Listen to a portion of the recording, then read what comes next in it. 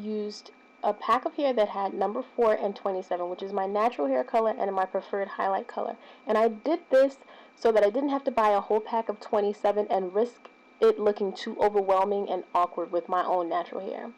Now, as you can see, the back of my hair is in fairly thick sections, only 3 in the back, and I twisted it all the way down towards the ends, but you can stop short as long as the twist will go into a ponytail. Now, these are my two favorite colors, like I said, number 4 and 27. And I'm just taking individual pieces of the Marley Braid hair and teasing them apart to make it look more voluminous and fuller. So that's a great look. And this hair is such a great texture for natural hair. I definitely recommend it for anyone who doesn't want to use Kanekalon. And here I'm just going to bring these two together. It's like a match made in heaven. It's the perfect marriage. I love these two colors. And I'm just going to prepare to install these. But before I actually install them, I'm going to use a little bit of product, nothing too generous, but just enough to make sure that I'm fully protecting my hair. First thing I'm going to use is As I Am's leave-in conditioner. I love this stuff. It's super, super light, but so moisturizing. It's the perfect balance between beautifully fragrant and super, super moisturizing. And I'm going to mix that in with a little bit of Jamaican black castor oil. And this is going to help protect my hair when I'm twisting it and adding tension, and I don't have to worry about breakage. So concentrate on the ends of the hair and work your way towards the roots. It's so awesome. It's perfect. Now, the next step is me using some of the Eco Styler gel. And this step is completely optional. If you do not like Eco Styler gel because it makes your hair revert, I would say do not use it. I probably would not use this again, but that's just my own preference. It just helps to conceal the ends of the hair. But if you have very smooth ends and they're not too, ratty or untamed, you can definitely skip this step.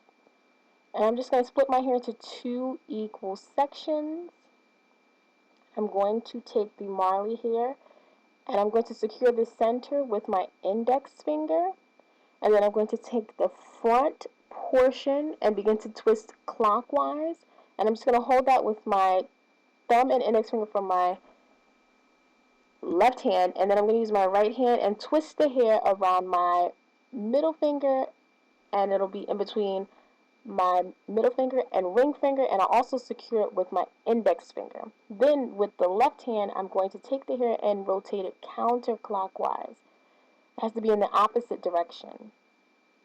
And I'm just going to continue to twist the hair in the counterclockwise motion, but make sure you secure the front portion of that part so that it does not move. And once you get further down enough, about 1.25 inches or so, you can begin to let that hair go, and you can twist those 2 individual strands or parts into a Havana twist. And you can twist all the way down. If you see me stopping, that's because I'm adding a little bit of Eco Styler gel as I go along. And here, because the roots may get a little bit too tense because of all of the pulling and, the tension, just add the duck clip and it just completely minimizes the amount of stress and tension on the root. I totally recommend it, just so you don't cause any breakage to the edge of your hairline.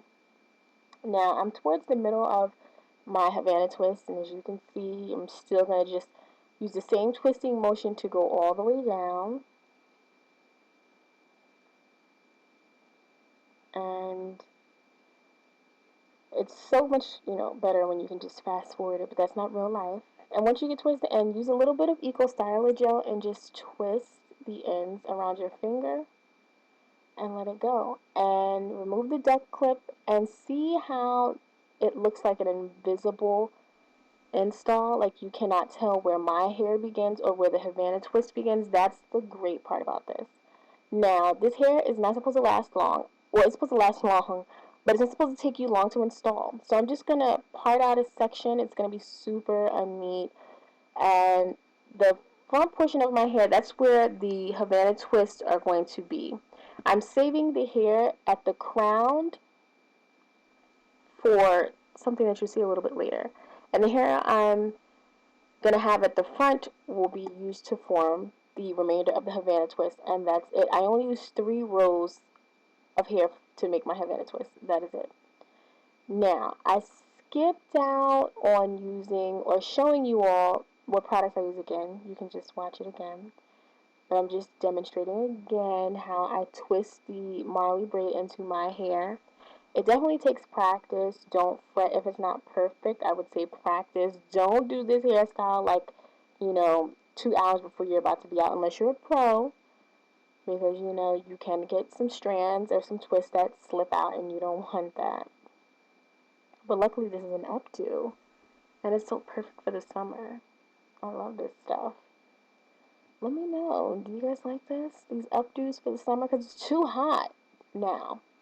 As you can see at the crown, I made a circular braid and then a more straight braid and united them into one braid. And I'm just going to take a bobby pin and secure the end of that braid into the straighter braid towards the front.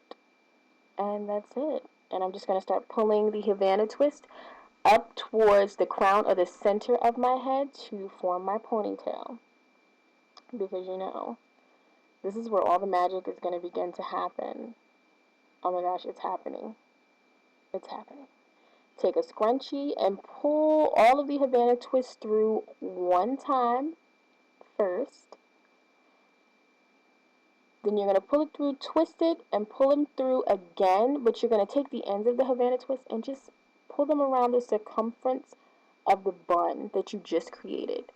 And use hairpins and bobby pins to keep this, which is going to act as our base, keep it very firm and so that it doesn't have, stray hairs and twists sticking out. You want it to look fairly neat, like you got it professionally done, but you actually just did it in your own bathroom and made it look great.